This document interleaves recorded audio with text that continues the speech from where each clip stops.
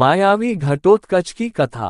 भीमसेन का विवाह हिडिंबा नाम की एक राक्षसी के साथ भी हुआ था। वह भीमसेन पर आसक्त हो गई थी और उसने स्वयं आकर माता कुंती से प्रार्थना की थी कि वे उसका विवाह भीमसेन के साथ करा दें। कुंती ने उस विवाह की अनुमति दे दी, लेकिन भीमसेन ने विवाह करते समय ये कवच उससे ले लिया कि एक संतान पैदा होने के पश्चात वह संबंध तोड़ लेगा। भीमसेन ने कुछ दिन तक हिडिंबा के साथ सहवास किया। इससे वह गर्भवती हो गई और उसके गर्भ से एक बड़ा विचित्र बालक पैदा हुआ, जिसका मस्तक हाथी के मस्तक जैसा और सिर केश शून्य था। इसी कारण उसका नाम घटोत्कच, घट इक्वल्स हाथी का मस्तक और उत्कच इक्वल्स केशहीन पड़ा।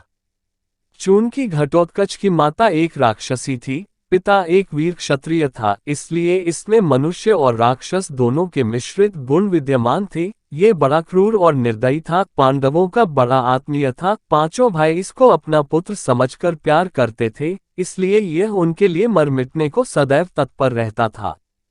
महाभारत युद्ध के बीच इसने अपना पूर्ण पौरुष दिखाया था। देखा जाए तो इसने वह काम किया जो एक अच्छे से अच्छा महारथी नहीं कर पाता। कर्ण सेनापति बनकर कौरवों के पक्ष से युद्ध कर रहा था। वह बड़ा अद्भुत योद्धा था। उसके पास इंद्र की दी हुई ऐसी शक्ति थी जिससे वह किसी भी पराक्रमी से पराक्रमी योद्धा को मार सकता था।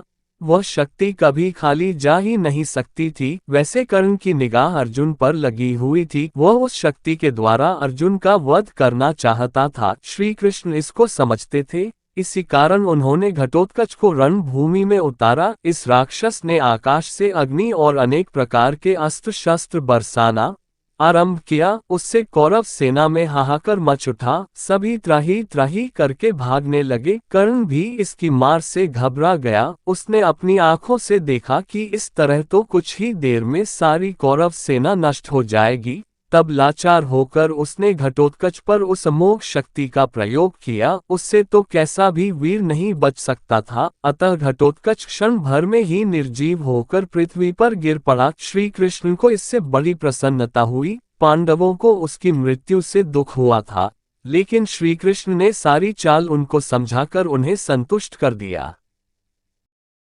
इसी भगवान की वीडियो देखने के लिए सब्सक्राइब करें चैनल को और बेल आइकॉन दबाएं।